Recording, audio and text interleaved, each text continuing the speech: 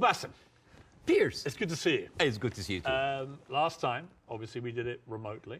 Yes. You were here. I was in London, and you complained that it was an unfair situation. You couldn't see me. Your earpiece kept falling out. Yes. So I thought, OK, fair enough. I hear you. I got on a plane. I flew 6,500 miles.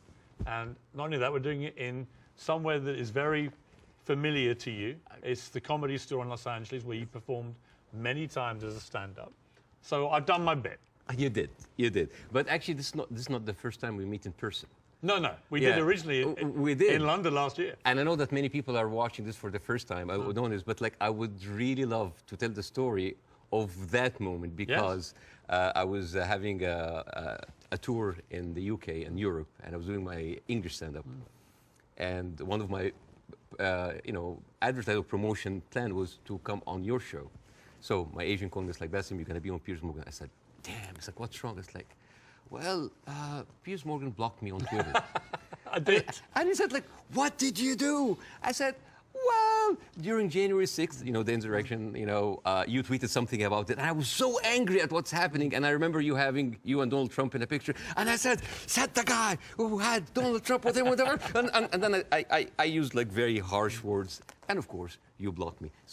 And then I said, like, does he know? I don't know. Does he know? I don't know. Does he know? I don't know. So I walked into the studio, and the moment I was like being seated and they're preparing before we go on air, and you said, "Oh, hi, Bassem. It seems that you have more followers than me, but it seems that I blocked you. Why?" And I told you, and then we said the story on air. And it was funny because I made the joke, I was like, you have always been standing against cancel culture, and you just canceled me on Twitter. But we agreed that this is not canceling because this is your own space and you're free, but now you're unblocked me, and we're here. And we're here. And it was, and actually we agreed about January the 6th, by the way, just for the record. Yeah,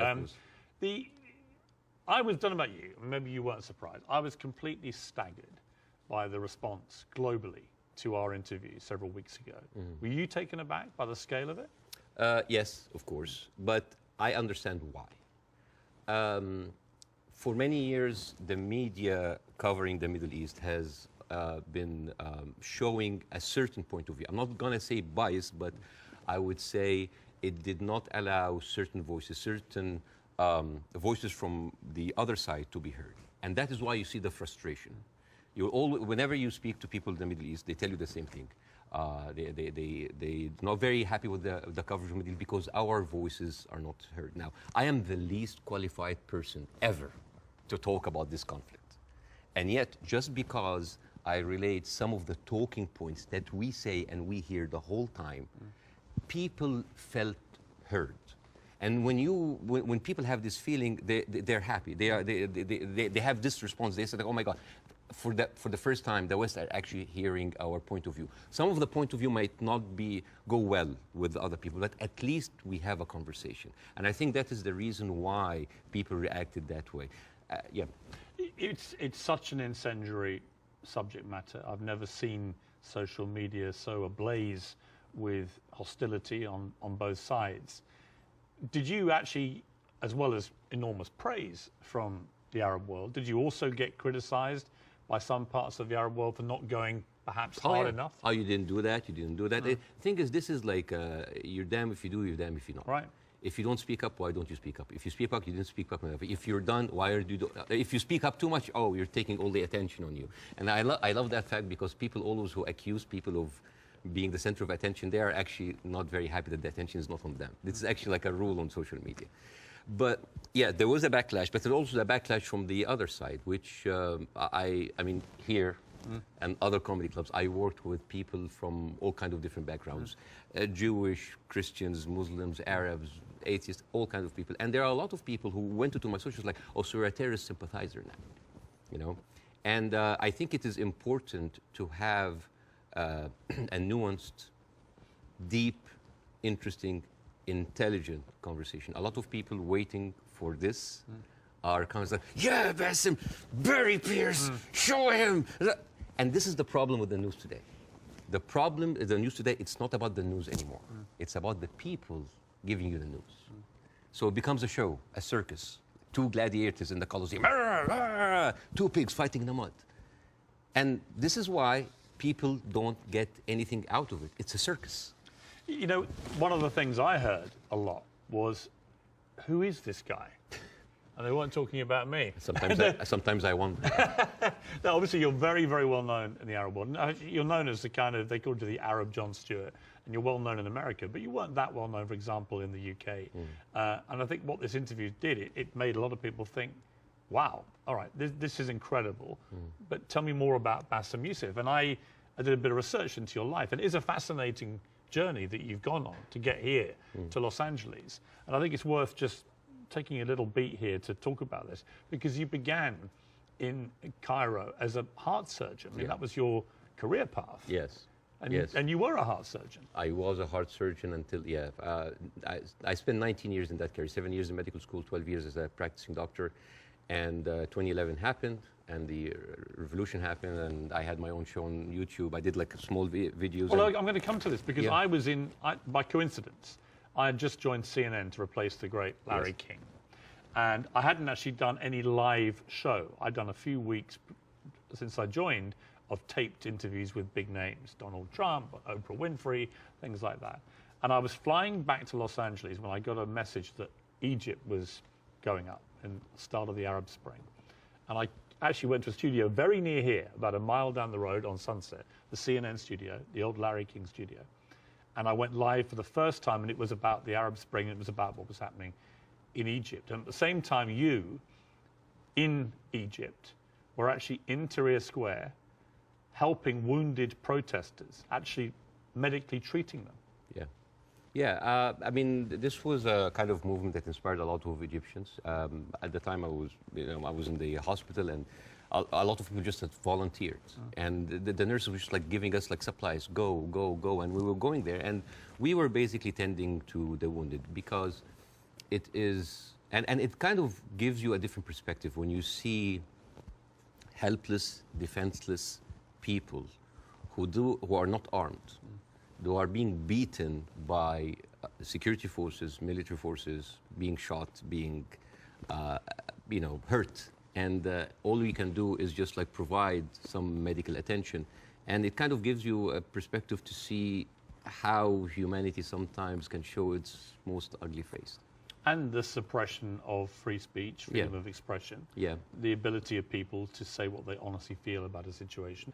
And the suppression of people's basic rights to freedom. Absolutely, And that kind of like taught me a lot, and inspired me to do the show. But well, you start. I mean, it's a crazy story, this, and I want to tell it, because you just decide to do 5-minute stuff on YouTube. And you are expecting a few people to watch it. And then literally it just flies, and suddenly you're getting millions of people watching this. And very quickly, one of the big networks comes in, and then you're suddenly doing this stuff for 30 to 40 million people. Like a third of the entire population of Egypt is tuning in to watch it. You're the biggest star of Egyptian television. Oh, please. You were. Don't stop.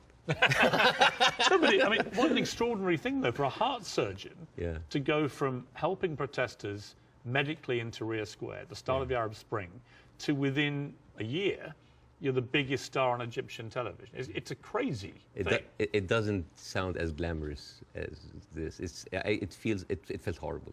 Did it? Why? Oh, yeah. Overnight fame, this size, it's toxic. Terrible. It corrupts. It goes into your soul, and it's not good. It's not. I actually didn't enjoy it. And the worst part about it is that like you're trying to do comedy in very controversial climate about very controversial issues. So you'll never satisfy people. And the problem is that people have these expectations. Oh, if you are successful in this, you must be successful at solving this. And when things are not solved, because politics, as you know, very difficult to solve, that expectation, this love turns into hate. And this is one of many reasons that I had to leave, and I came here eventually. Well, let's just take people through what happened, because they probably don't know, a lot of people. So during the presidency of Mohamed Morsi, who was a democratically elected Islamist, you had relative freedom to start, but then the more you went after government propaganda, the more you stood up for the people against the government, then the trouble started. Morsi wanted to shut you up. You eventually get dragged through the courts. I was arrested. I was arrested for 1 day. It was a warrant for my arrest, and then I turned myself in, and I was interrogated. And it was the funniest interrogation ever. And in my stand-up shows, I talk about that scene. Because the guards were reading the stuff out and laughing, right? Well, the guards were taking selfies with me, which is funny. Right. the exchange between me and the prosecutor, general prosecutor, was extremely funny. I mean, I don't like to victimize myself. I don't like, oh, look at that. I actually like to find humor. But why were you arrested? What was the criteria? Oh, yeah. I think the list was insulting Islam, insulting the president, spreading false rumors, and disrupting the fabric of society. And it was, I think the people in the room didn't know what to do with me because they ended up discussing my jokes. So it turned into a writer's room. And I was kind of like, how do you think we make this funnier? And it was the funniest exchange ever. And after 6 hours, I was let go. And was it scary, though, at the same time, that suddenly the machinery was getting a grip of you? Because it was to get a lot scarier. But was it in that moment when you first got arrested, you thought, I'm being arrested for breaching my freedom of speech, right? For some reason, I just like went with the flow. I went to the interrogation wearing the big hat. I went to the show.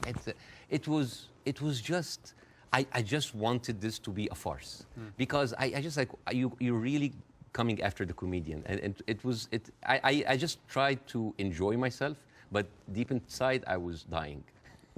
Well, it gets serious enough where you may have died, because actually Morsi gets, of course, deposed.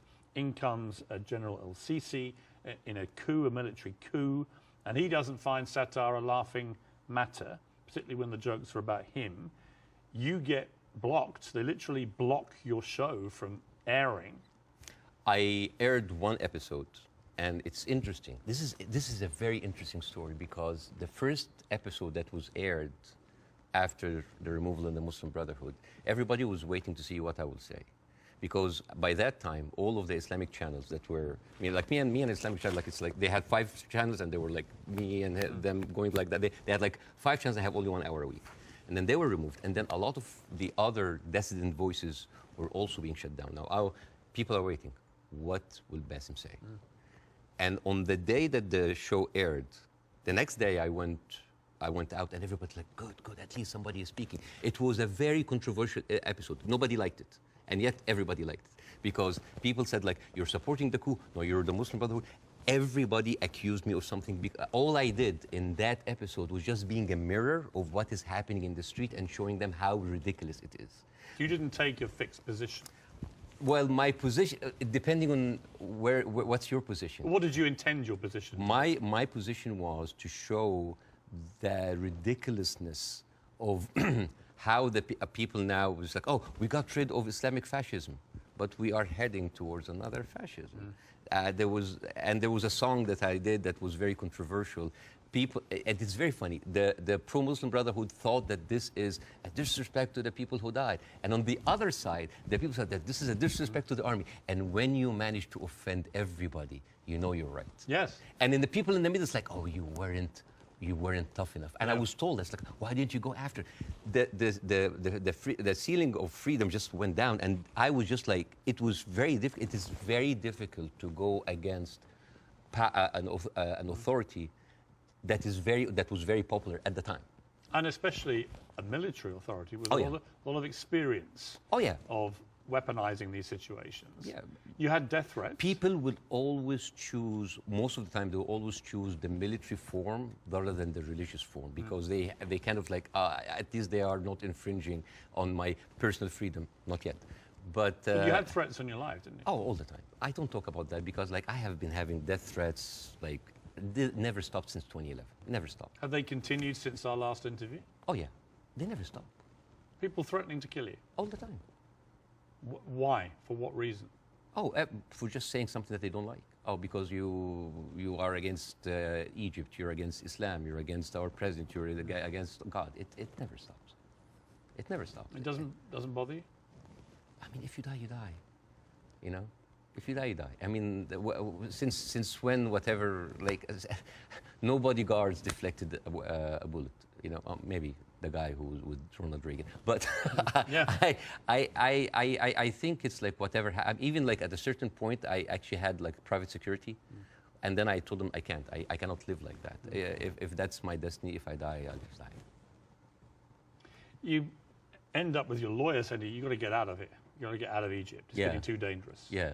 Something bad's going to happen. You're going to get arrested again and probably thrown in jail, or you're going to try and kill you. And you flee to Dubai, and then you end up here in America. Yes. Was that always the plan, to eventually come to America, or was it expediency because of what happened? Well, it's funny that you said that because I visited the United States after the first year of my show. And a doctor that's there, an Egyptian doctor, has been there for a while. I said, listen, Bassem, you are very visible in the media, and I think you can use that to apply for a green card as a special talent. And I did. And I said, like, I have like a huge show in Egypt. It's actually the criteria, because I have the same. Yeah. Is an alien of exceptional ability. Yes. Is what they call you. Yes, we're very... Charmingly. Yes, we're very We're exceptionally able aliens. We are, but we're still aliens. Yeah, yeah. I know, it always makes me laugh. Like, you can come here, but you are an alien. You're an alien, but you're exceptional. Yeah. And I just applied for it, and I got it. I got the Time 100 that helped bolster my application. And I said, maybe I'm not going to use it. And then when that happens, ooh, the green card came handy. So a lot of people think that I'm here on asylum. I'm not. It was just a strike of luck. You now do stand-up. You've done it for 5 years. And fascinatingly, you do some of it for an Arab audience. You have a whole show in Arabic and an English-speaking version. Yes. And they're probably very different, right? Totally because different. Different sensibilities, different humor, Yeah. different crowds, Yes. different expectation. Yes, well, when the Arab audience come to my show, they expect that's going to be another version of my show that I did in Egypt. And I said, no, it's my personal story. And that when the Arabs come to my English shows, like they think it's like an English version of the show. It's like, no, it's a different story. Even then, this weekend, right before I met you, because of our interview, I sold out Arizona. Really? Yes. And I stood, and the first thing I said, like, who here came because of the Piers Morgan show? I was like, I was like, boy, you're gonna be disappointed because this is not about that. But isn't that amazing? I mean, Yeah. that shows the power of that interview. Yeah. Resonating even in Arizona here. Amazing. Yeah, because I don't want to succeed just because of a trending moment of time. It is the same show that I've been working and perfecting, and like any stand-up comedian in the United States, your dream is what? Is to sell your special to platforms like Netflix, to HBO, and you want to get there. Because for me, that was like a rebirth. Because I thought like everything was lost. I came here, I had nothing. As first 3-4 years, it was terrible. The first 2 years I was doing stand-up. Oh, I bombed hard. And I went home crying. I said, like, I'm not going to make it. And then suddenly I have already a tour. I mean, even before our show, I already had a set tour. And now I'm having like this ability of like talking to people with different languages, talking to all these different languages. The show that I did in Arizona had an incredible mix of Arabs and Americans. Amazing. And they came here and they completely, and there, a lot of them came, they were Palestinians. And they came with like the Palestinian flags and the keffiyeh. And they thought, it's like, guys, it's like the way... laughter, being good at your job, is in its way a way of resistance. Because when you laugh, when you show people that, hey, they have Arab people here, and they are, by the Arabs and Palestinian population, Arizona, one of the most established population in the United States. Arabs in the United States in general, they are like professionals, doctors, engineers, professors. Even the Uber drivers, they are probably were like an engineer or someone very established there, but he had to have like a step down in order to come here and survive. So, I mean, we hardly come find like illegal aliens here or people like came here that were not qualified. So, and this is the problem this is why the reason people were very happy of our interview because part of the hate on both sides is that we see the news from a different perspective. And people here see the news from another perspective. And everybody's like, why are those people reacting like this? Because they don't see what the other person sees. And I hope in that interview that we can bridge that gap. Yes. Before we end, can I Yes. show? Okay, so this is a gift from me and my wife. This is olive oil from the West Bank. Whenever I go to Jordan a lot, but my wife also like, ask for the oil from the West Bank. It's very good. It is the best oil ever. And the thing is, the olive trees, they survive up to 600 years. And they are passed from one generation to the other. And it is like a family heritage. And the way that you do it, so this is za'atar. Za'atar is basically thyme, and you add to it sesame and a bunch of herbs. And the way that you eat that, you take like a piece of bread. We don't have to do it now, maybe at the end of the interview. Yeah, we'll do it, yeah. And you soak it a little bit in the oil, and then you take the za'atar. And I'll demonstrate here. Chuk, chuk, chuk. And then here. I love it. Well, I love Arabic food. So at the end of the interview, you're leaving with this oil. I will take that. It shows that. Well, thank you. And it's very kind of your wife. Thank you. Thank you very much for me. Well, I'm the one who bought it, but it's okay. Obviously, you started the last interview with, I mean, I would argue savagely dark humour involving your wife. How you've been trying to kill her, and she was using your kids as human shields and stuff. And I'll be honest with you. And I'm still trying to. But you know what? When I failed, you know what I did?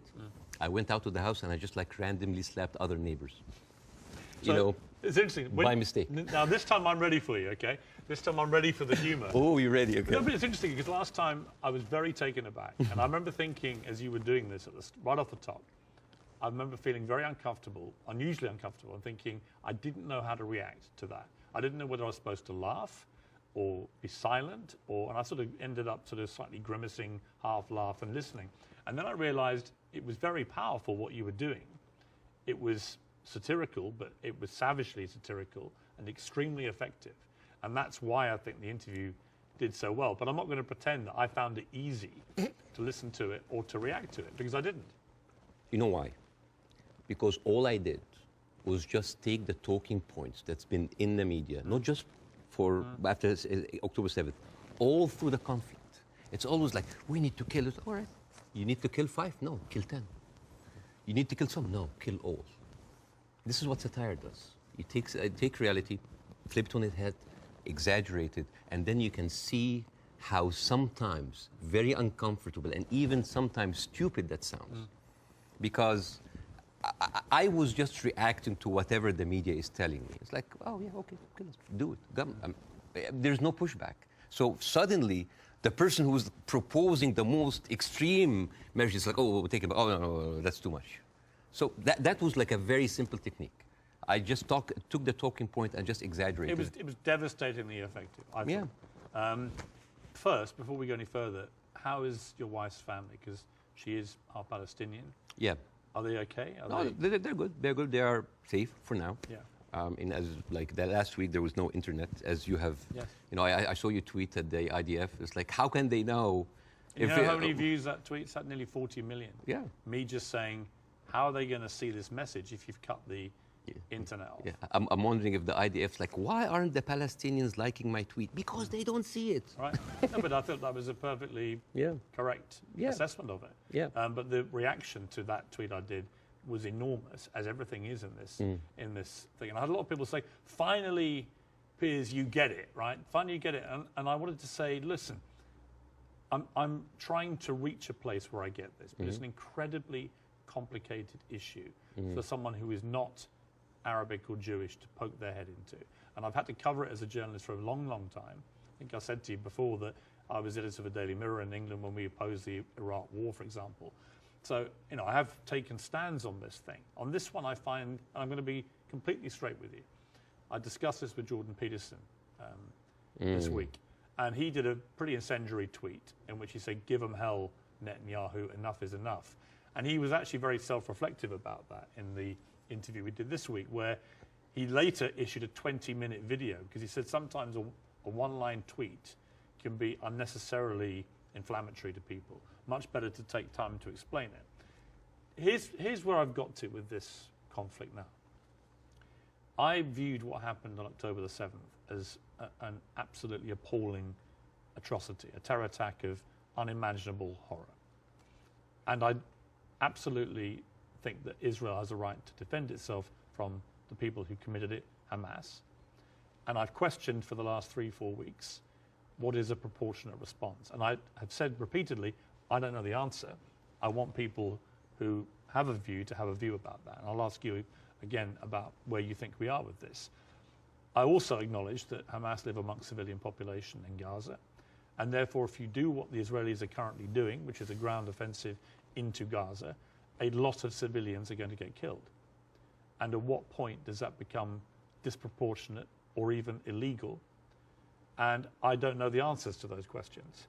And I have a moral quandary because my instinct is to say that Israel has no choice but to respond to what happened in a very forceful manner. I understand why they want to eliminate Hamas altogether. I understand that if they feel they can, then perhaps we can move to a two-state solution or peace or whatever it may be, although I don't think Netanyahu will ever be the person to do that. But the moral question for me is, at what point does this become disproportionate? And when you see thousands of children being killed in Gaza, it fills me with utter horror. And then people say, well, do you condemn it?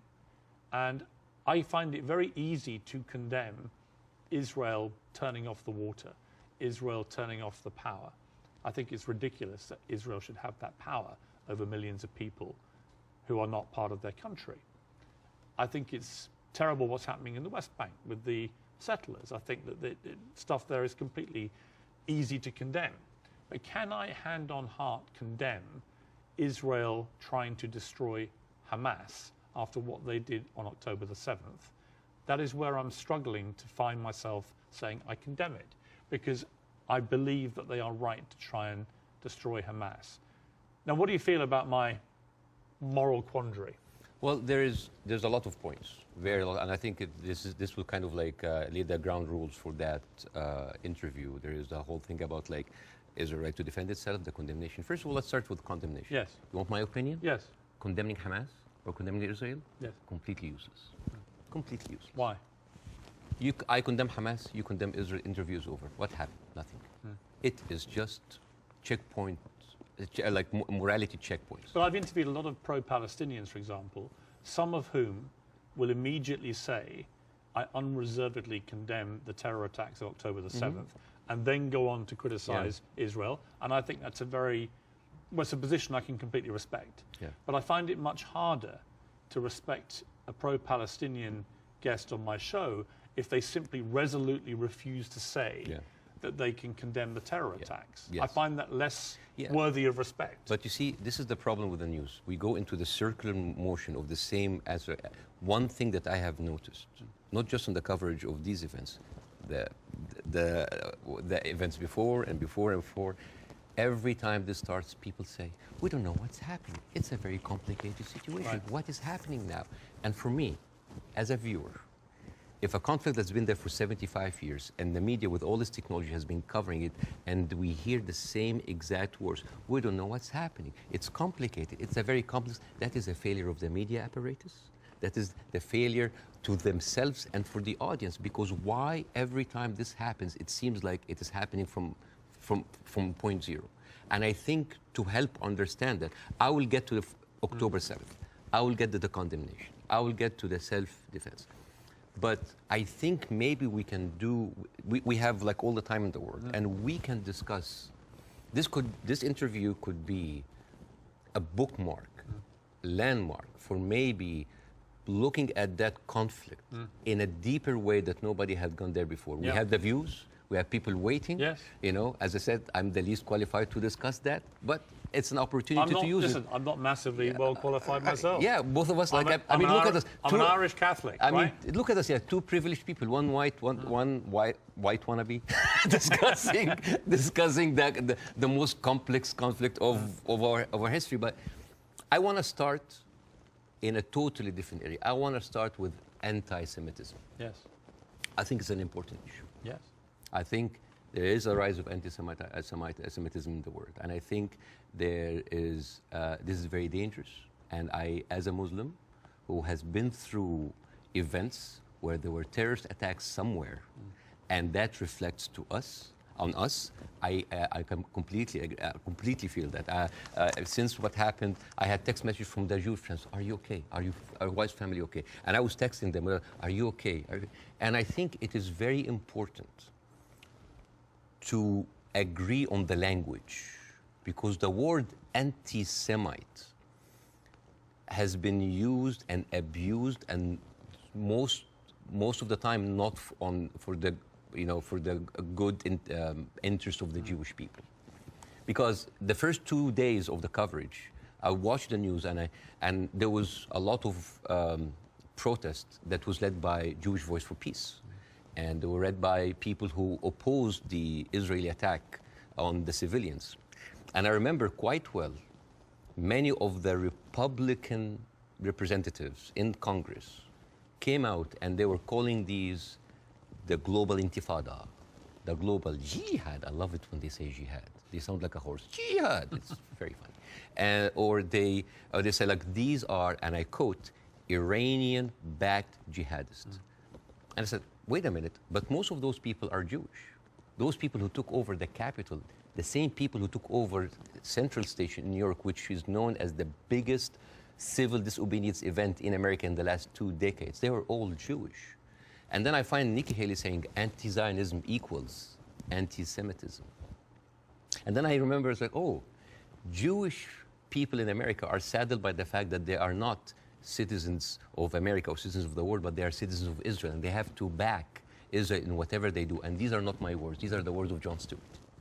He went down and he said it's very, very important to divide these two. And what is very, very interesting... Would you compare that, on that specific point, to the way that people try and say all Palestinians are responsible and accountable for what Hamas do? Yes, yeah. In other words, I think you can be very critical of Israeli government and their policies and Benjamin Netanyahu and the politicians, but that doesn't mean that you have to take that criticism to innocent Israelis who may have exactly the same criticism themselves. And this is why it is very important to have these kind of discussions, because the funniest, not the funniest, the saddest thing that I saw is the people that were in so much support of Israel are anti-Semite themselves.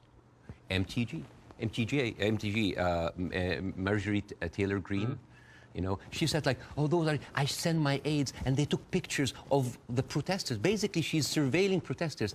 And Marjorie Taylor Greene is very known for a very famous post in 2018 where she blamed the California fires on a Jewish space laser gun. Do you remember that? Do you remember that? I was just like, oh, they were burned because Jewish investors, Rothschild and Feinstein, anything that ends with Stein, because that's, of course, sounds Jewish, they put a satellite and shooting laser beams to... It's possible. And not just her. You have Steve Skoulas, thank you so much. He is now the Speaker of the House, and he has been invited before for an organization that was funded by David Duke, the founder of the KKK. You have Kevin McCarthy, who is the former minority speaker, leader of the Republican Party in the House, and he accused Jewish billionaires of rigging the midterm. So how come those people are accusing us of anti-Semites? So here's the thing. So let's go to the equation that Nikki Haley put on Twitter. Anti-Zionism equals anti-Semitism. No, it is true.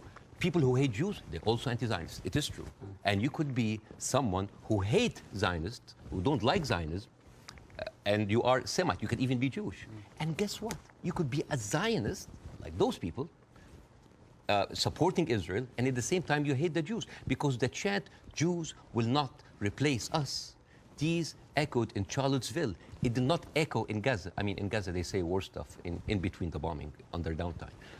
And these are the same people who are seen with Nick Fuentes, with Stephen Bannon. And you know what's most interesting? Trump had him for dinner at Mar-a-Lago. And all of those people are buddies with Benjamin Netanyahu. So how does this work? How does this work?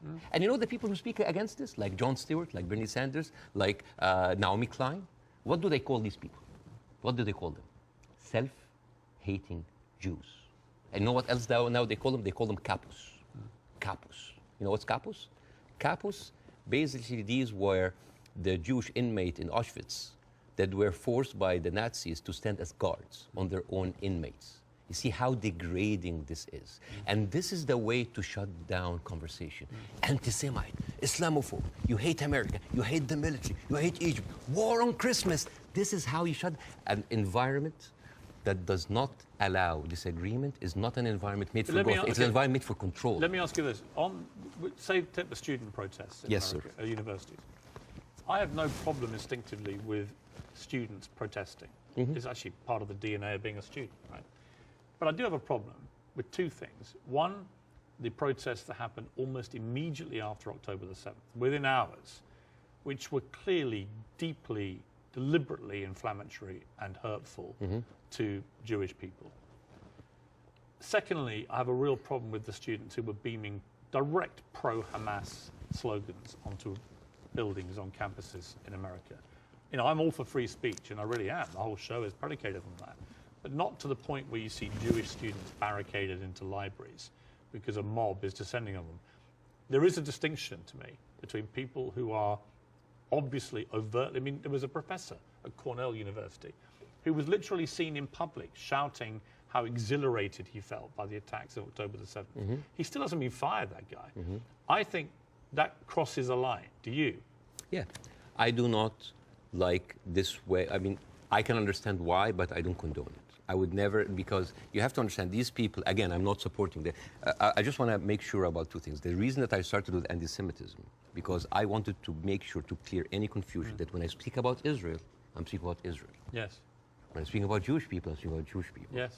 When I speak with my Zionists, I speak with my Zionists. It was very... Because No, I think it was very powerful that you did that. Yeah, I have and to be careful. That's the first thing you did, because I think it's really important. Yeah, but at the same time, when I tell you why does that happen, it doesn't mean that I condone it.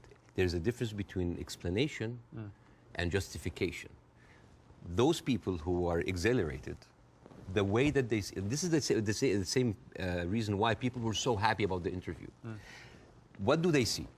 They see Israel as a criminal state who is killing their people, and in the same time, they are supported by the international community in America. They have no guns, they have no superpower backing them. All they have is just feeling of happiness, like, yes, our enemies that we cannot touch them has been hurt. All they can think about, that these are their enemies that have been hurt, right? I'm not condoning this, but again, like when people were celebrating terrorist attacks, you know, against Western targets. Of course, I don't condone that. But why? Because those people has been, from a very young age, what have they seen? They're not being heard by the media. The plight and the suffering of their brothers in Palestine, in the Arab world, are not being heard. People in Iraq, you know, like when America and Britain invaded Iraq, right? What the Arabs saw? It's like two superpowers are coming in on just regular people. So whenever there was like a bomb or like an attack on American troops, people would celebrate. Yeah, they're our enemies. Emotions are very inflammatory, and it is not right. But those people have nothing else. All they can is just like shout. All they say is like to rejoice. It is not right. Again, I'm explaining why is this happening, because it's like, yeah, if I cannot get you, I'm just gonna scratch your eyes. I'm gonna scratch your eyes because you've been beating me all the time, and you have the whole international community backing you up, and all I can do is scream. Is it right? No. But it is understandable. Again, it's not the right thing. But no, it's not like understandable. It's like, oh, no. But again, it is an explanation. Now, hate. And again, this is another way why this has been magnified in the media so much. What does the Western audience see? They see people rejoicing for the death of innocent civilians in Israel. This is what have the Arabs seen for years on the Arab world. For example, if you look up Sidrot Cinema, this is in 2014 when Israel was bombing Gaza as usual. And the Israelis in the Sidrot, the kibbutz or the settlement, they went on a hill and they had popcorn and they had drinks and they were like watching the show and they were cheering with every rocket coming down. This is what we see. Western people didn't see that. Well, somebody found a tweet actually of mine from 2014 in which I said, at what point does what Israel is currently doing to the Palestinian people become terrorism? And because I've always said, you know, I've spoken about this a lot over the years, and I've always tried to be extremely fair-minded, albeit nobody really wants you to be fair-minded. They want you to take a side. But that was clear that my thinking back then was that they were absolutely overstepping the mark. Absolutely. But again, to the point of rejoicing. No, I know what you mean. Yeah, but like if you, for example, Google the wedding of hate, This is like a Jewish wedding in Israel where they were celebrating the arsons and the burning of Palestinians. But to be clear, I've seen lots of videos. No, but I'm not talking to you, Piers. No, I know. I'm talking to the Western audience because I want to see, like, I want to say, like, this is what they see. I mean, for example, there is a very famous video for Samuel Abu Za'anin, who is like a young kid that he was shot point blank by an Israeli soldier, and he was not allowed to have any medical attention. And as his dead body was being put into the ambulance, the Jewish settlers were cheering. So for an Arab audience, this is what we see every day. So when they see, oh, we heard them back, we heard their people like they heard back, it is not right. But this is what hate does. It escalates, it feeds each other. Radicalism feeds it. It is terrible, and it is just like a vicious circle. So I would like to do something that is very interesting tonight. When I invited Jon Stewart to my show, as much of like a reception that if you've seen the YouTube, people just like, we had to cut the 5-minute standing ovation for broadcast. People was on their feet for 5 minutes. They could not believe it. I remember Jon Stewart telling me I could never imagine that a Jewish guy from New Jersey would have that kind of reception in Cairo. And yet, on the internet, people who would have, what? You brought a Jew on your show? Why you are with a Jew? Yes, hate is there. Yes. So, and the thing is like why we do not see each other. People in the Middle East, people in the West, that we do not put ourselves in each other's shoes. And I want to do something very interesting today. I want to give, I like telling stories. And I'm going to tell you a very nice story. This is the story, surprise, surprise, of the suffering and the plight of the Jewish people. And I want to say that because it is very interesting when you see the trauma and the suffering that the people on the other side went through, you might understand why they're coming. So this is, see this? This is a map of all of the history of the expulsion of the Jews in Europe. They've been like, I have never seen a minority being kicked around this much, right? And of course, this comes back to the, the whole idea about the original sin, that you have betrayed Jesus Christ. The blood of Jesus is on your hand. And then comes the 11th century. At that time, Jewish people were not allowed to own land. They were just peasants. Even some of the professions were not even allowed to participate in. But they were allowed to do one thing, usury, money lending, because it was prohibited by the Catholic Church to engage into that. So what happens when you work in money? You get richer, right? And those Jews lived in ghettos. Now, ghettos was not just like isolated neighborhoods in cities. Sometimes ghettos were outside the city. This is like how isolated they were. And in those ghettos, they have to pay gold to the mayor or the governor or the prince or the noble. So they would see, you're getting richer. I need more taxes. So they pay tax. What happens when you have a business and they increase your rent? You increase your service, increase the taxes, So what happened? The Christians started to default. And suddenly, the image of the greedy Jew was created. Shylock, merchant of Venice. If it will feed nothing else, it will feed my revenge. Like never did I see a creature I can't remember that. I never saw a creature that looked like a man so keen and greedy. Confound of a man. English. I messed it up. Anyways, but this was the image. Greedy Jew, the greedy Jew. This was created because of their conditions, and it became worse in 1095, when Pope Urban II called for the First Crusade to go and save the birth of Jesus from the unbelievers Muslim. And this crusade did not kill a single Muslim. You know how many people they killed? 2,000 Jews. Because it's like, wait, the non-believers are all over there. Why? So they went to it's called the Crusades of the Rhineland. So they went to the Jewish community because, hey, we own the money, so let's kill them better than paying them. And then came the plague. And then all of the things like, oh, they're killing babies, who would do that to a baby, And they accused them of poisoning the well. This was the kind of oppression that the Jewish people went through. Fast forward 19th century, there was like the Eastern Jew in Ukraine and Russia, and there was the Western Jews in Europe. Those people in the Eastern Jews had to immigrate because there were pogroms and they were like, kicked out. And at a certain point, the people in the West, especially in England, it's like, there are too many Jews. We need a solution. A solution for what? For the Jewish problem. So it's like we need to get rid of them. And you know what? Palestine was not even in the A list. Palestine was in the B list. Because England proposed 6,000 square miles in Uganda for the Jews, 1903.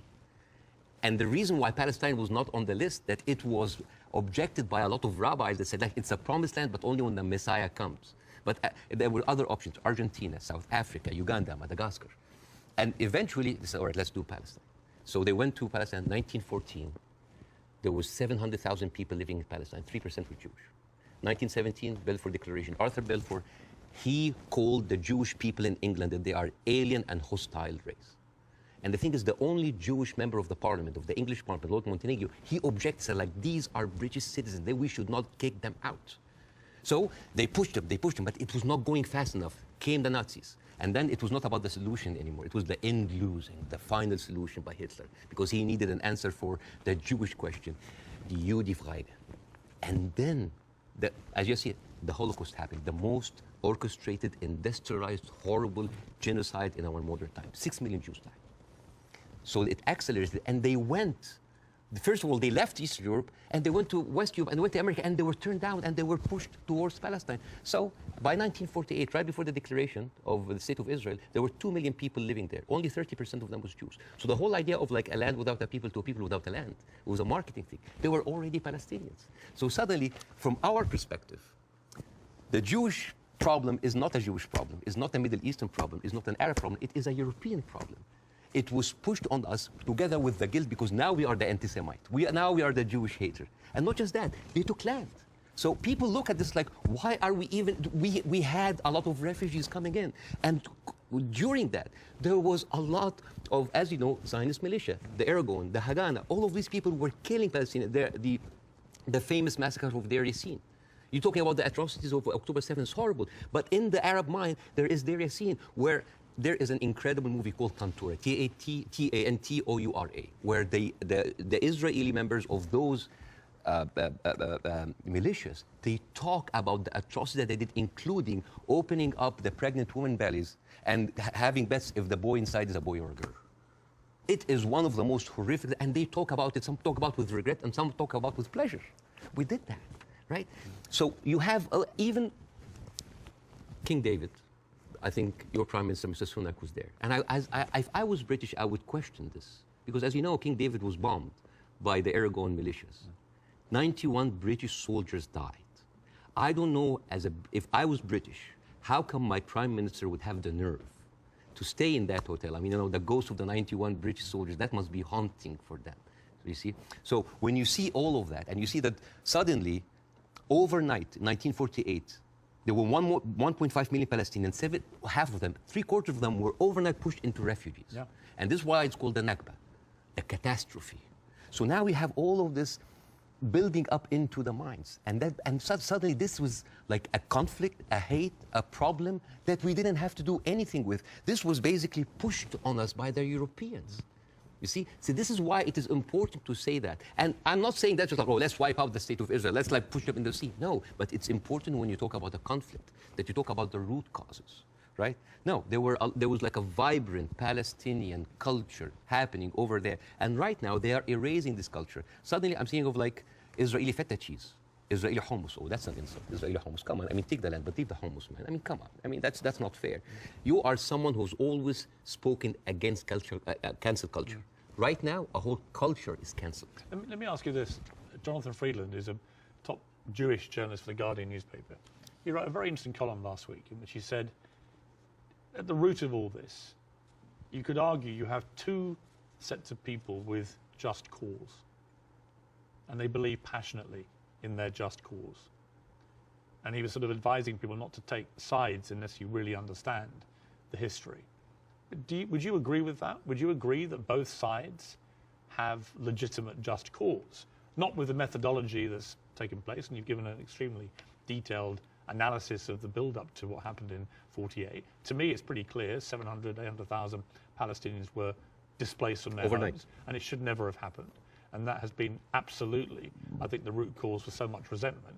But can you, at the heart of this debate, agree with Jonathan that you could argue there is just cause on both sides? There is a cause on both sides, but I'm walking on a tightrope here because I'm not a Palestinian. Yeah. But from the Palestinian point of view, there's a lot of people. I mean, there are 2.2 million people living in Gaza. There are 3.5 million people living in the West Bank. There is 350,000 people living in East Jerusalem, and there's like 6 or 7 million people living outside.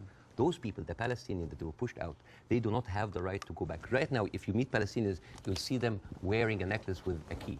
That key is their house that they were kicked out from in Yafa and Haifa. You know, like my wife's family comes from Ramla, which is 50 miles from Gaza.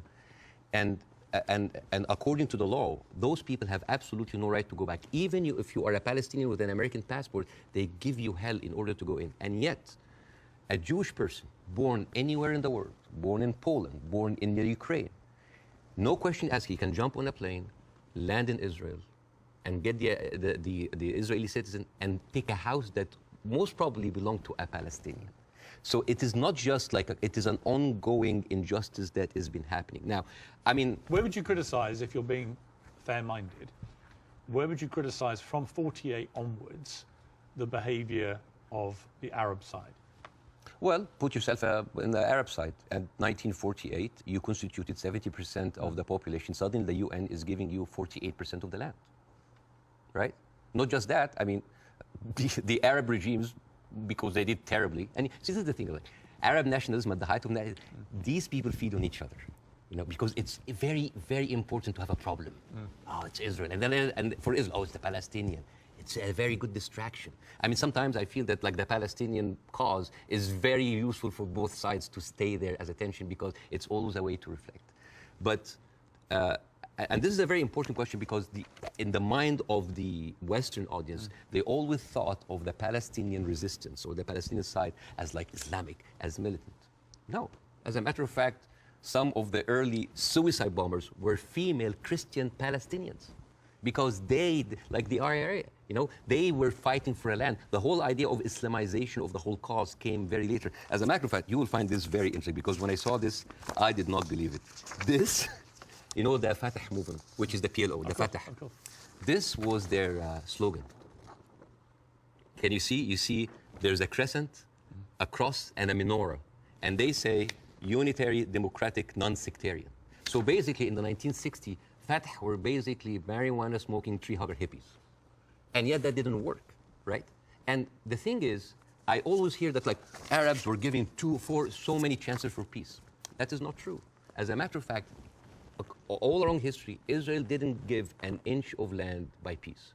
1973 war, they gave back Sinai because Egypt like initiated the war. 2006, they went out of south of Lebanon because of the resistance they have. Even the disengagement of Gaza, they didn't do it out of the goodness of their heart because they had too much casualties. And even the Oslo Accords, the peace treaty, the one that Isaac Rabin and got the Nobel Prize for, they did it because of the Intifada. So what is the message that Israel is giving to the Arabs? I will never give you anything with peaceful resolution. You will always have to fight for it. Do you not think that, for example, I mean, Bill Clinton feels this very strongly, that there was a great deal to be done, and Arafat, just in the end, having indicated the whole time that if we got to this place, there would be a deal, just walked away. That was the closest that everybody came, and but actually, I mean, could Clinton have done any more than he tried to do then? I am not, again, that's why it's very important to have people who are much more qualified than me to talk about this. But two things I can say about that. Number one, the whole thing about the Oslo Accord, there was a video for Netanyahu who was talking to the settlement offer in 2001, and he was bragging about sabotaging. He was talking to us like, I sabotage. It's like there was going to be no peace. Yeah, you've seen that, right? Yeah. And in that video, if you remember, when he was saying like you have to hit them hard, 2001, no Hamas at the time. They were talking about the Palestinian Authority. We have to hit them, we have to kill them, we have to make them feel the pain. And then one of them says like Bibi, but wouldn't America kind of just like, so what? The American public is easily manipulated. 80% are with us. It is absurd. And as a new American, where I can have the privilege of being retrospectively angry, I said like, this guy is mocking the government and the people who have been with him all the time. It's like, oh, they can be easily manipulated. They can do, and even by the way, even Isaac Rabin, the one who actually did the peace accord, he was known famously say the way to actually beat those children is to break their bones with the broken bones policy. They will like get those kids and break their bones on the pavement. So this has the whole idea about like Israel wanted peace and Arabs only wanted to fight. is a very, very bad I representation. actually think as it's gone on, the genuine will on both sides for peace has not existed. No. I think it's been a deceit to the world. No, I'm sorry. And to the relative groups of people on both sides. The official... And actually a betrayal of them. The official stand of the Palestinian Authority, and again, I cannot speak, it is very difficult to do this. The official stand of the Palestinian Authority is that we are just happy with 22% of the land. Just give us like that. Yes, there are people that dissent, but the thing is, you cannot just say, okay, let's talk about peace. And then you take away my land. Let's talk about peace. And there's a kind of like passive aggressiveness happening. Oh, let's talk about it, but I'm going to build settlements. I'm going to suffocate your cities and your villages. See, I think that has been incredibly inflammatory. Yes. Worsening the situation. I think putting back the chance of peace. I mean, Netanyahu, I interviewed Netanyahu earlier this year in the middle of the big social protests in his own country. And I couldn't understand what he thought he was doing, except that it seemed to me political expediency, that he had to get power, again. He had put a bunch of right-wing headbangers into his cabinet who have incredibly bad records, speak in an incredibly incendiary way about Palestinians, for example, and that he did this for power, and then he launched, because they were pushing him to do it, a ridiculous assault on the integrity of the Supreme Court, the independence of the Supreme Court, and many Israelis rose up. So Netanyahu has become, to me, a big problem. Right? And the people, all the polling shows that. Israeli people are very unhappy with Netanyahu. I don't think he's ever going to actually want to forge peace. And in fact, I think he was instrumental with Hamas in wanting to keep them in power because he felt that that would create the split with the Palestinians, with two political groups, and that would be good for Israel. And it was leaked in a Likud conference in 2019 that he was bragging about giving Hamas money because this is a way that we can keep Palestinians divided. And yet, so we'll never have one. So this is a guy who is... But look, we can agree about Netanyahu, I think. No, right? But not just Netanyahu. There's a book... I would say most of his cabinet. There's a book called The Fear of Peace. It's by Moshe Zimmerman. And he's an Israeli historian, and he said, like, the average Israeli citizen does not have a vision of peace. Because for 70 years, this is a country that has been... The military, the war has been going on for, they have been expanding because of war, the military is taking over. So the whole idea of peace is not even there. It's not just Netanyahu. Like you have, I remember you have interviewed Naftali Bennett. Yes. And I think you tweeted that that was like a very kind of reasonable take. Yeah. I don't think I said reasonable. No. Yeah. But like this Naftali, he went after Queen Rania. And you call up shame on Queen Rania. No, I didn't say reasonable. I just said this. I did a fire emoji. Yeah. I just said what he was saying. Yeah. I mean, I was going to ask you about Queen Rania, and let's ask about it since you've raised it. Because Queen Rania accused the West of a glaring double standard. She said it's the first time in modern history there's such human suffering, and the world is not even calling for a ceasefire. So the silence is deafening, and to many in our region, it makes the Western world complicit. Now, other people said, well, okay, if you feel that strongly, why aren't you taking in any Palestinians? Why is Egypt not taking Palestinians? Why does the Arab world want to constantly attack Israel without actually offering any place to go for the Palestinians? So what do you say to that? That is exactly what Israel wants. And that is exactly what actually starts Third War III. This is the war solution. These are Palestinians. These are their lands. And then suddenly take them. Why? So they've been basically kicked around from their homes. And now another country should take them? You see what will happen? Imagine this. Now, and because Israeli official has been talking openly about this. It's like, why don't they just go in Sinai? Why they go? You know what will happen? Those people are going to be pushed in Sinai. And with any population, 2 million people that are living in refugee camp, what do you think will happen? Unrest, chaos. And then after a few years, the Western media will come with their cameras like, oh, look at those Arabs. Oh, they're killing each other. Oh, Israel is good that they got rid of them. And then they will go to the West Bank. And suddenly those 3.5 million people pushing to Jordan. The whole idea, why does Jordan take them? Why does Egypt take them? The same question. Europe has 44 countries. Why don't they take Israel? America has 50 states. Why don't they give them Florida? I mean, we seem to complain about Florida the whole time. Why don't they just like give Israel? The whole idea was like, oh, you're Arabs, you're all the same. No. Because what will happen then? So Israel will move into Jordan? That's like, oh, Saudi, why don't you take the Jordanian?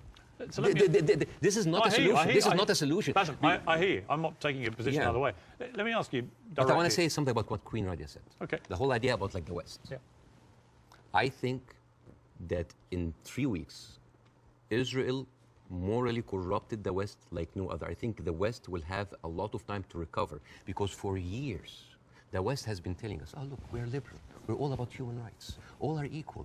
Adopt our values. And then suddenly, well, you don't want to even to cease. We don't want to even tell Israel to stop. And suddenly we wake up and we found McDonald's are giving free meals to the Israeli because like nothing will make you feel better after killing a bunch of Palestinian kids than a Happy Meal. So let me ask you this. They have a toy. So this brings me to Hamas, okay? So what Israel will say, because they say it to me every time they come on the program, whoever from Ehud Barak to Naftali Bennett, whoever it may be, they say, look, we suffered such a catastrophic terror attack on October the 7th that we have decided we are going to get rid of Hamas. There are 40,000 or so Hamas terrorists in their eyes who need to be got rid of. And I do believe they're terrorists. Only terrorists can commit the kind of act of terrorism we saw. So can we, on that point, can we agree on that? Do you believe Hamas is a terror group? It is classified by America as I'm not a big fan of Hamas, and they are a militant group. Does like stuff like. Are they terrorists, do you think? Yeah. Cool. Okay. So we agree on this. So you have 40,000 of them living in Gaza amongst the civilian population. If Israel has decided to eliminate a terror group, Hamas, as the world did with ISIS, for example, and I think there are a lot of parallels given the way they behaved on October the 7th to ISIS, how do you do it? How do you do it if you don't do it the way Israel is currently trying to do it? Exactly not the way that Israel does it, because if you have one of the most advanced military powers in the world, and it takes you 3 weeks, 9,000 Palestinian civilian death, 21,000 injured. As we are talking right now, Israel just bombed Jabalia, which is a known refugee camp. This is not self-defense. You know, like one of the most questions, like, does Israel have the right to defend itself? This is a no-value question. This is a no-value question. Well, I would ask a different point. I would say not only do they have a right to defend themselves, which every country would after a terror attack, right? But they actually have a duty and responsibility to their population to try and stop that happening again to them. They've been doing... And I do understand, and I agree with that. Yeah, but here's the thing. If it takes you all of that time, all of these civilians, to take out a few hundred guerrilla fighters... We don't know how many of the people who died. We don't know. It doesn't matter. Yeah, but Bassem, you don't know and I don't know. We don't know, but right? like... We don't even know if the casualty numbers are correct because they're all coming from Hamas. And we should believe Israel? No, not necessarily, no. No, I don't believe either side. But here's my problem with Israel. Here's my point. I don't think we should assume that we know these statistics are correct. I don't think we should assume we know exactly how many children have been killed. We do know a lot have been killed, so the moral argument remains the same. But we don't know how many Hamas terrorists have been killed in the last 3 weeks. We just don't know, do we? So basically we're dealing with a very incompetent military force that has been sucking America dry for years, and then they cannot do the job. But how else do they get rid of Hamas? Not like that. How do they do it? I don't know, but not like that, because they've been trying the same... You've got to have another... They have, first of all, I'm not a military expert. Second of all, they've been trying the same thing for years. They go in... This is not an eye for an eye anymore.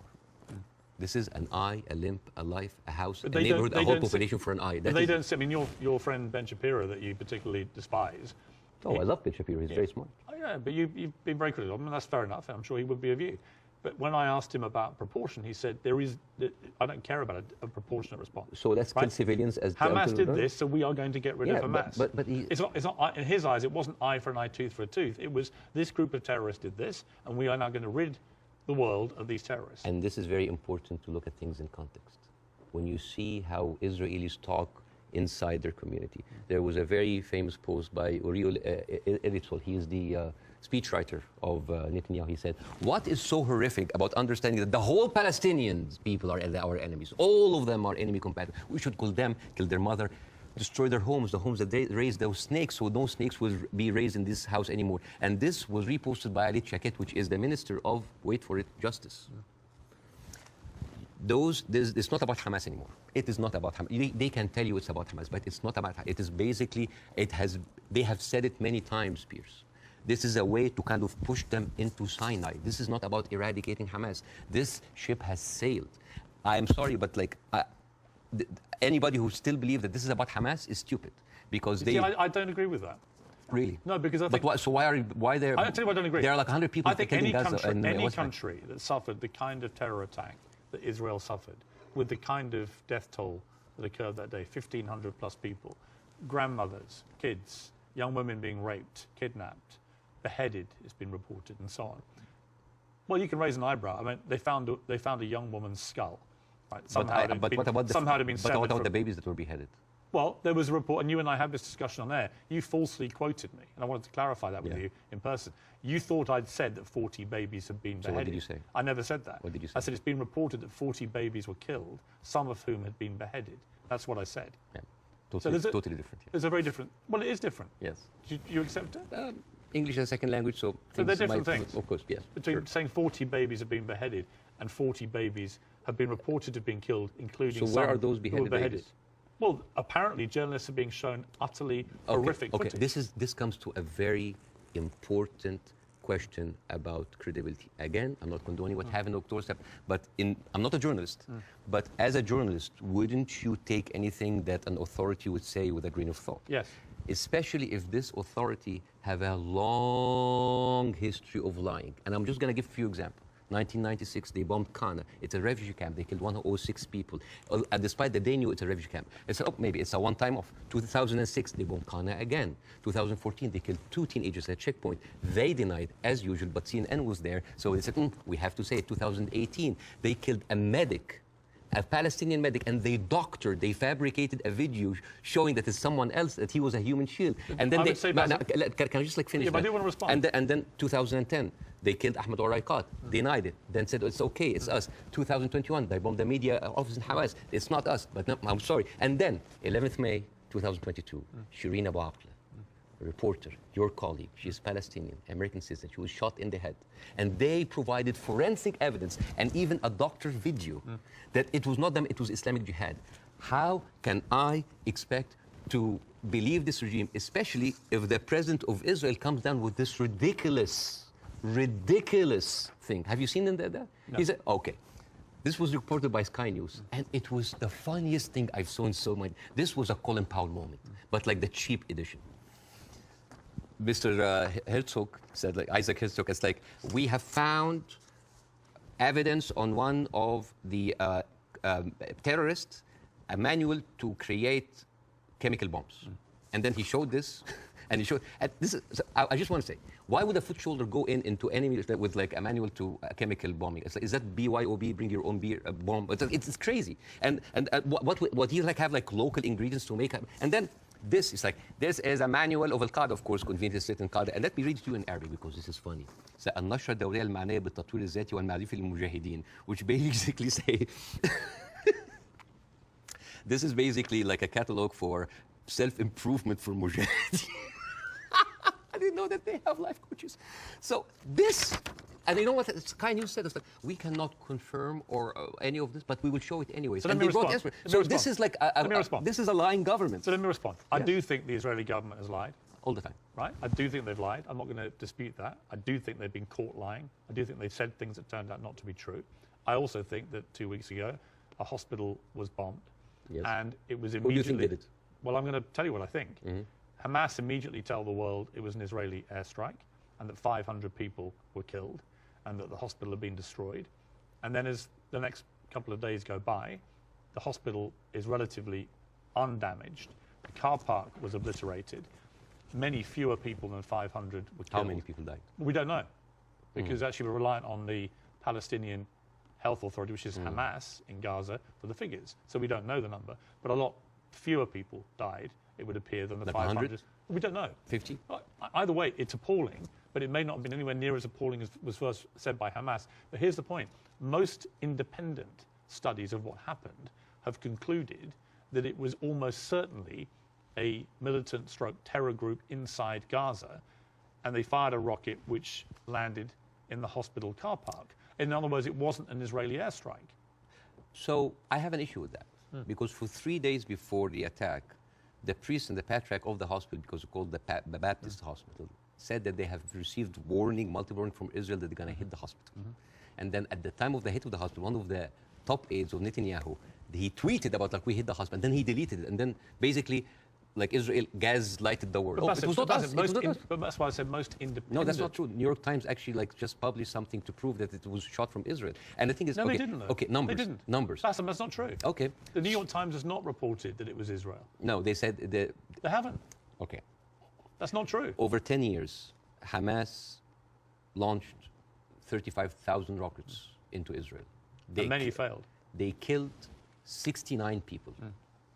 And 25% military, only part of them were civilians. So over 10 years of 35,000 rockets, they killed 69 people.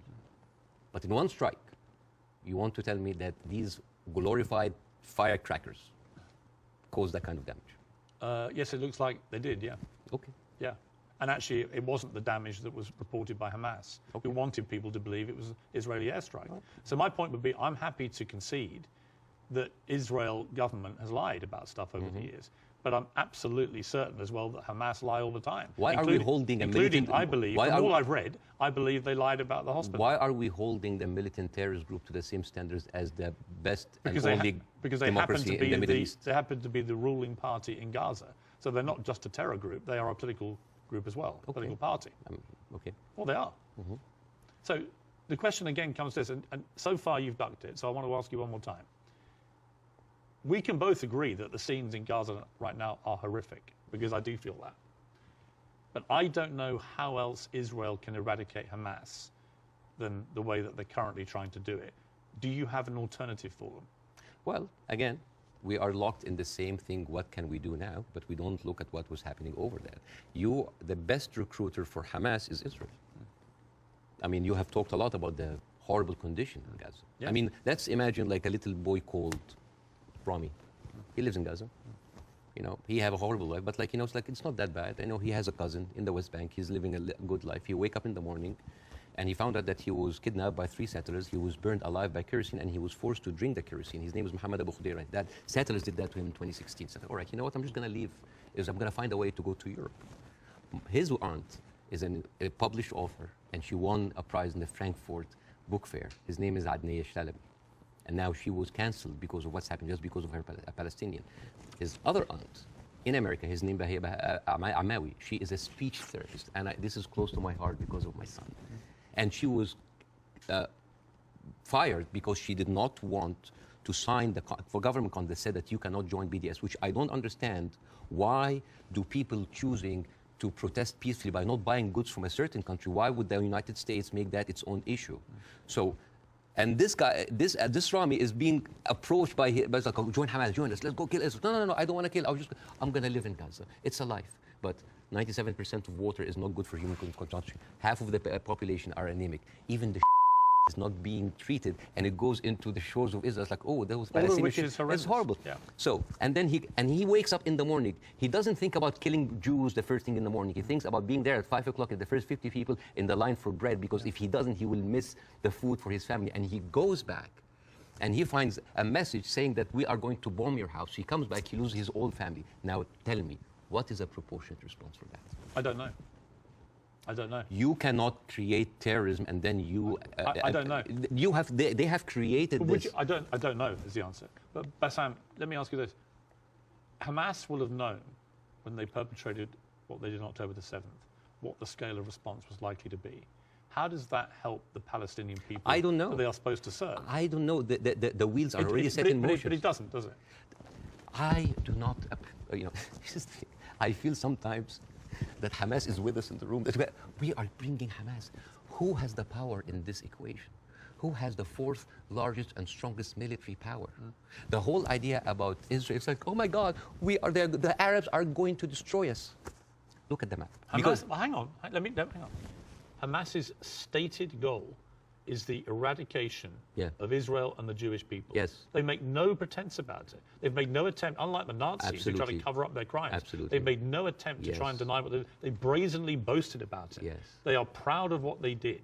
Right? And they will have known, again, the scale of what they did on October the 7th would have prompted this kind of response, which would have led to thousands of innocent Palestinians getting killed. And my question for you... I wish the 7th of October never happened. Right, but every time something you say happened. Hamas is everywhere. Well, yeah, actually all roads, roads on this particular part of the crisis, and I accept it's been going on for 75 years, this conflict, but all roads in this crisis lead to Hamas and what they did. And not necessarily. Because all roads goes to the condition that created Hamas. If the Jewish people were expelled from Europe and went to Argentina or South Africa and Uganda and went in and took the land, you would have Hamas in all of these places. You and I can agree that the conditions Palestinian people have had to endure in Gaza for a very long time are completely unacceptable. I think it's completely unacceptable that Israel has wielded such control over the people of Gaza, working out who can come in and who can go out, turning on and off water and power on a whim, turning off the internet on and off at a whim, all that kind of stuff I can completely agree with.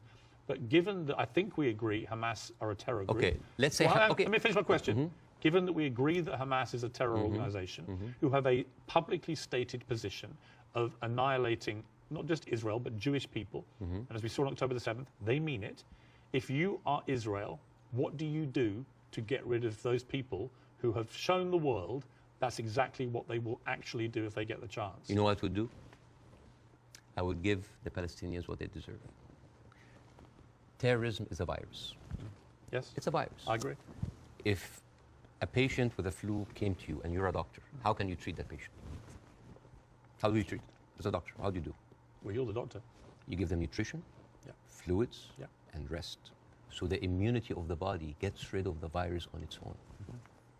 If I received that patient with a flu and I took a sledgehammer, it's like, why are you not getting better? Do you think that patient will get better? No. You are weakening him. You are making him worse. Israel did not just like weaken the body of Palestinians, making them unable to get rid of hate and radicalism. They have openly bolstered about helping and giving money to the same terrorist organization. So, I agree. I think Netanyahu is complicit in keeping Hamas in power because it suited him politically. yes, And I think you can't get away from that. yes. There's no question of that. But there's also no question that the Israeli government, led currently by him, has to stop Hamas from perpetrating another terror attack. And again, it comes down to this question. What do they do to get rid of Hamas if it's not what they're doing? I don't know. But like as an Israeli citizen listening to this, how come that my prime minister bragging about giving money to the terrorist group that he is using right now to eradicate a whole group of people and yet using them as an excuse? Isn't that weird? This is like this is like Tony Blair being like found like giving money to Al-Qaeda or ISIS and then going to fight them. How does this work? How does this work? I agree. How does this work? But Bassem, I agree with you. So yeah, it's a terrorist attack. And Israel is funding them? I mean, this is in the words of Benjamin. This is the thing about Benjamin now. He brags about that stuff. So this is a circular question. Yeah, but yes, I agree with you. Hamas is to blame. Who created Hamas? Who is helping them? And who is allowing for an environment for that kind of hate and destruction of Jewish people to aspire? And I think there's something very important to the Western audience here. They think that Israel is a small, tiny country between a hostile Arab countries. The biggest military power in the Arab world is Egypt. They have a peace treaty. Their neighbors, Jordan, they have a peace treaty. Saudi Arabia, Emirates, either like have like full relationship or like on the way of normalization. The only people that, even Syria is not like even like they didn't launch like a single bullet. The only two crutches that Israel has is like Hezbollah and Hamas. A few militant, thousands of militant. Is that really formed an existential like threat? Especially if I know that over 13 years, only 69 Israelis were killed. I would say. Would that really wipe out Israel? Is Israel that weak? I think if you have two groups of people who are ideologically wedded to your destruction as a state and as a populace, and you're constantly firing rockets, as Hamas have done for over a decade now, then that cannot be acceptable. You have to stop that. Right? These are terrorists who've now shown on October the 7th their true colours. They don't just talk about wanting to kill all Jewish people. They are going to do it if they get the chance. So I don't believe Hamas can possibly stay in any position of authority in Gaza. I think that would be ruinous for not just the people of Gaza, but also for Israelis. So if you're going to get rid of them, which many people think on both sides is inevitable and should happen as a consequence of what they did, the big question is, how do you do that? And I don't know any other way other than the way Israel is currently doing. Hence my personal moral quandary about this. So if a terrorist takes over the Empire State, instead of taking him out, we bomb the whole Empire State? Well, that's the question, isn't it? Proportion. That is not even a question. Well, that was not even a question because that would be ridiculous. You talk about the normalization of the region. I mean, the theory that I most buy into, supported by recent, I think, Wall Street Journal reporting, that hundreds of Hamas terrorists had gone to Iran for training before this attack. Okay. It had obviously been very carefully organized, and so that is, I think, highly likely. But if you're Iran, and you're looking at all this normalization, and you're looking at Saudi Arabia being next, this is your worst nightmare. So a perfect time to commit an atrocity like this through your proxy of Hamas. Again, I'm not a political expert to know what is the background, but let me tell you. It's a likely theory. Is Hamas justified? Is all of the horrible conditions that Palestinians are living in, is that a justification for Hamas doing what they did in October 7th? Good. Do you think so? Of course not. Right. So we're agreed. No, of course. So let me ask you the question a different way. There is no justification what Israel is doing now. No Hamas, no terrorist attack justifies this. Well, because you have been there. No, but you have been there. You have stood against the Iraq war. Yes. So that is too much. Yeah, but here's the difference. You are killing a whole population. No, here's the difference. I didn't stand against them for that reason. I stood against the Iraq war because I did not believe we had seen evidence that Saddam Hussein had weapons of mass destruction. So we were fighting a war against a country and a despotic leader which had nothing to do with 9/11, as they were trying to claim. It was actually a lie perpetrated on the world, and the consequences were disastrous. 1 million people died. I mean, over 150 British troops died. My brother served in Iraq and could have been one of them. You know, the whole thing was a fiasco, a deadly fiasco. It led to the rise of ISIS and all the hell that came with that. So, you know, yes, absolutely, I fought that campaign against that war, and I wish I'd been successful. But the singular difference here is no one is disputing, least of all the Hamas themselves, that they perpetrated this attack. And I believe Israel has a fundamental right and a duty to defend its people from them doing it again. So if we can agree on that as a principle of a country that's had that kind of attack and how you deal with it, the question then becomes, how do you eradicate the people who did it? And I just think, given the intense nature of the way the population exists in Gaza, very, very large numbers of people in confined places, and that is in itself unacceptable, and I will agree with you about all of that, and that has to be fixed longer term.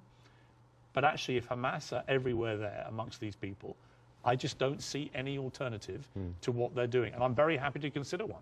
But I don't think you have one either. So if the Iraqis were actually, there was evidence that they were behind 9/11, would that still be okay to kill a million Iraqis? We have a parallel, which is Afghanistan. And in fact, I would say, but that raises a different question. So was the Afghanistan war just? I believe it was, in a way that Iraq wasn't. I believe that Afghanistan was harboring terrorists, Al-Qaeda. We know that they were training there. We know the Taliban were there. And we went in, we launched this war. It goes on and on and on. Huge bloodshed on both sides. And in the end, after a ridiculous overnight pullout by America and President Biden, the Taliban are back in charge and waging the same kind of medieval rule they waged before all this. So you've got two things. Was it justified to strike back at Afghanistan for harboring al-Qaeda? I would say yes. Did the means in the end justify the war? You could argue no, actually, because actually you ended up with the Taliban back in charge. So they're two different things. And it may well be here, by the way, as I've said, that if Israel pursues this ground invasion, it backfires horribly. It leads to a much wider conflict involving many other people, possibly including Iran directly. And it could be a horrendous escalation and a massive war raging through the whole region. And that is my fear about it. But I come back to the central point of justification, and I'm really struggling to see what else Israel is supposed to do to get rid of Hamas. And if you've got an alternative, let's hear it. I do. Piers, this is never about Hamas. Believe me, it is never about Hamas. If somebody tells you who they are, listen. Israel has been telling the world all the time, they need to clear the Gaza Strip into Egypt. You think that's always been the plan? Always there. I mean, they have said it. They have said it many times. Why does Egypt take them? And do you think when Egypt takes them, do you think they go back? No, never. And then when they're done with Gaza, they will go back to the West Bank. They will kind of like build the settlements around them, and then until they push them into Jordan, because that is the plan. They have talked, not just Benjamin Netanyahu, everybody said like there's no state, two-state. It is one state, and it's for the Jewish I don't people. think he believes in a two-state solution. Nobody believes in a two-state solution. It is one state. But nor do Hamas, obviously, and they're the ruling authority in Gaza. They don't. You see what you're comparing? It's a militant group. It's a small militant group. But they are Israel as a nation. They are the elected political leadership. They were elected in 2006, and 50% of the people in Gaza right now are under the age of 16. They were not even born. I understand. Yeah, like so. And the thing. All right. So Bassem, let's agree about that. But that's the circle state. I understand. It's a circular firing squad. Hamas. I know. But okay, let's move forward. Oh, yeah. Let's assume somehow we get to a place, possibly at the instigation of countries like Saudi Arabia and others getting directly involved, where you get to a place where Hamas are removed, and I don't quite see how that happens without enormous further bloodshed, but let's assume they get removed. Let's assume that Netanyahu is removed from office, which I think is highly likely just from the fury of his own people about what they see as the defensive and security failings, plus his attack on the Supreme Court already causing huge polarization. Let's assume we get new leadership in both places. Could there still be peace? Could there still be a two-state solution? No. It can never happen. No, because Israel have already shown it's not about Netanyahu. It is the policy of Israel not to give the Palestinians their city. It has always been there. But what if you find leadership that understands? You will not. But why are you so? You will not. Why do you not think so? Because Israel has been, But they would say the same about the other side. And I remember. Who has the power? Let me give you a parallel. Obama in his book. Let me give you a parallel. Okay. Let me give you a parallel. Northern Ireland. Okay. Northern Ireland appeared to be completely intractable, with the IRA and the loyalist paramilitaries trying to kill each other. In the IRA's case, trying to kill British people as well. Because they did not want this to go the way that people wanted it to go. And ultimately, we got to peace because we found leaders who actually had the courage, the moral courage, to get in the room with the people that were trying to kill them and to do a deal. I don't think you can do that with Hamas. I think they're on a different scale together to the IRA. But we did have a seemingly intractable place riddled with violence on both sides. And eventually, we got peace. Do you not see there's any chance of doing that here? No, not with Israel. Obama, after he left office, he wrote in his book, the problem with the Palestinian-Israeli conflict is that one side is extremely powerful and one side is extremely weak. There is absolutely nothing to oblige that strong side to give anything. All over the years, Israel showed you many times that they are not interested in peace. Leave Gaza. Forget Hamas for a second. The West Bank. What have they been doing in the West Bank? The illegal settlements did not stop a single day. No, and it's completely wrong. Yeah, but the thing it's wrong. I agree with you. But you see what they're doing in the West Bank right now? They are creating little Gazas. They are creating little Gazas. Yeah. And until they are like squeeze them. It's completely wrong. There is a hilarious documentary called The Wanted 18. It is like an Israeli-Palestinian co-production. And it tells about the incredible story about the residents of Beit Sahur. It's a Palestinian town next to the Nazareth. And they said they don't want to depend on the milk coming from the kibbutz. So they bought 18 cows. 18 cows. And they didn't know how to milk the cows or have a cow farm. So they were like engineers and doctors. So they sent people to kind of like to learn how to do the farm. So they bought the cows and they started to produce milk and they started to sell the milk to the villages. The Israeli authorities were not very comfortable. So one day the military government came in and said, like, those cows, and I quote, constitutes an existential threat to the national security of the state of Israel. You need to get rid of them. And the movie goes about like the hilarious attempts of hiding those cows between the butchers and the houses. And in one scene, a cow is actually running and the Israeli soldiers are like running behind it and they corner it and they're about to kill it. And you know what did the cow say? He didn't fall for this. Cows don't speak. Yeah! But you know, it actually said something. You know what did it say? It said Hamas. But anyways. But you see, this is the ideology of the Israeli ruling party. They are not interested. They're not even allowing you to get your own cows. I mean, I want to discuss something that is very important because we have been talking about Israel being a democratic state, a secular state for all of its citizens, including its Arab residents, right? Wrong, Yes. wrong. 2018, there was a resolution that was offered in the Knesset that say that Israel should be a state for all of its citizens. That seems basic, right? That resolution was not even allowed to be discussed. It's like, wait, why? And the rebuttal was, Israel being the state of all of its citizens would threaten the character of the Jewish state. There is, I have a friend of mine, his name is Andrew. He's Palestinian Christian, they do exist. And his family comes from a town called Tarshiha.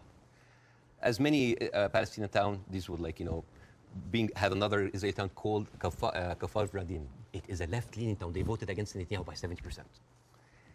And they announced an auction to sell houses. And then they noticed that most of the applicants were Palestinians. They canceled the auction. Why? Because in each Jewish town, there is something called admission committee that can decide who can live in this town. Sounds like Jim Crow for me. And then they cancel. And you know what they say in the reason? They say, Kafar Radim welcomes all citizens of Israel, despite their race, gender, or color. However, the majority of the town would like to preserve the character of the town as being Jewish, Zionist, and secular. How does this go together, secular and Jewish aside? You know, and this brings me to this picture. This is a very famous picture. You know, remember this picture? I'm sure you've seen it. Yeah. This, for the people who don't know, this from San Augustine, Florida, 18th of June, 1964. This was a white-only motel. And these are black activists who wanted to defy the law and jump into the hotel. This guy, he's the owner of that. His name is James Brooke. And he was pouring acid to scare them out of the hotel. His neighbor said that James Brooke was a victim because he was just following the law. And you know what James Brooke said? He said, it's not like I don't like black people. I just don't like them in my swimming pools. Now, if an official said that, wouldn't you say that this town has kind of a systemic racism? Yes. This quote was not said by James Brooke. It was said by Deton, the head of the Galilee municipality, when he said, I don't like Arabs. I don't just like them in my swimming pools. The town of Nazareth Elite, 2010, the Arab Christians in the town, they requested to set up the Christmas tree next to Nazareth. This is the birthplace of Jesus. And you know what they said? We cannot have it because non-Jewish symbols would offend Jewish residents. But this comes back to what you were saying at the start, which is about the hate on both sides. No, I'm not talking about the hate. I'm talking about this shining example that Israel won't tell the world that we are like the Western world. We are secular. I don't know if you know this, but they're not just like secular, like Christians against their own Arab. I'm talking about like Arabs with Palestinian, with Israeli identity.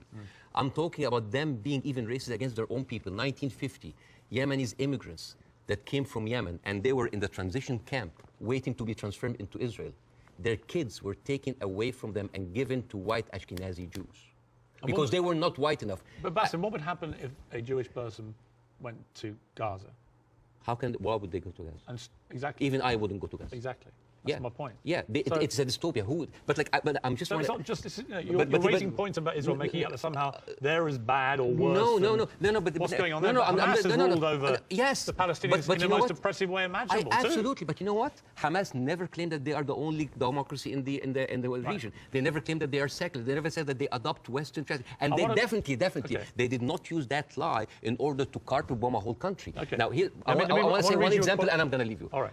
Israel, you think that Israel will like, by the way, the whole thing about the Yemeni children, you can find it in the New York Times, it's called like the lost children of Israel, the forgotten. But even when Ethiopian people were immigrated to Israel, Ethiopian Jews, women then report, 2013, that's not like 50 years ago, they reported that they were given against their consent and without their knowledge contraceptive shots so they wouldn't reproduce because they are the wrong color. Israel is a racist, apartheid country that is projecting this shiny example of secularism and democracy for the people so people can accept whatever they do because they look at Palestinians as lesser people. This is the whole point. This is the whole point. And I would like to quote Winston Churchill. He had a quote that say, I don't believe that we have made a great wrong to the Red Indians of America or the black people of Australia because they were replaced by a higher race, a stronger race, a more world-wisely race. This is why Queen Rania is criticizing the West. This is why we here say, like, where are your values? Because this is the crux of the problem. It's not Hamas. It's not Palestine. It is people looking at us as lesser human beings. Bassem, I don't dispute the characterization that a lot of the Israel administration look upon Palestinians as lesser people. Otherwise, they wouldn't. They even look at the Ethiopian Jews and Yemeni Jews like less. I wouldn't dispute that. I want to quote you to end this. No, why would you end this? Don't end this. We've been talking for 2 hours. Why not? At some point, we're having an amazing time. We can do another interview. Well, this one goes big. I think this is a neat way to end it. He said, I actually believe there is a middle ground between everybody and they can meet. I direct my criticism for the extreme of each one of them. That was you, Bassem Youssef. I agree with that. But I don't share your view there can never be peace in this region. I think there can't be with the current leadership structures in both countries, or both places. But I definitely think you've got to be optimistic about peace. You just need to find people I hope so. forward. I hope so. But the reason, listen, I refused to come on your show when your producer first called me for the first interview. Because I was scared. I was afraid. For me, that was a career suicide. This is even important because you are someone who's always talked about like against cancel culture, about like speaking your mind out. Speaking your mind out.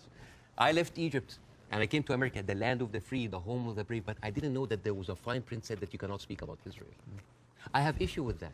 Israel is a foreign country. They're allies, good. But you can speak about Israel. How many people lost their jobs? Even Bella Hadid, she by the way, She hasn't lost her job. No, but she talked about death threats. She's talking about like being silenced. Sure. About that, Bella Hadid is with us. She's Palestinian. And you know who else? Gigi Hadid, sisters. Yeah. I love the Hadid. They are with us. Yeah.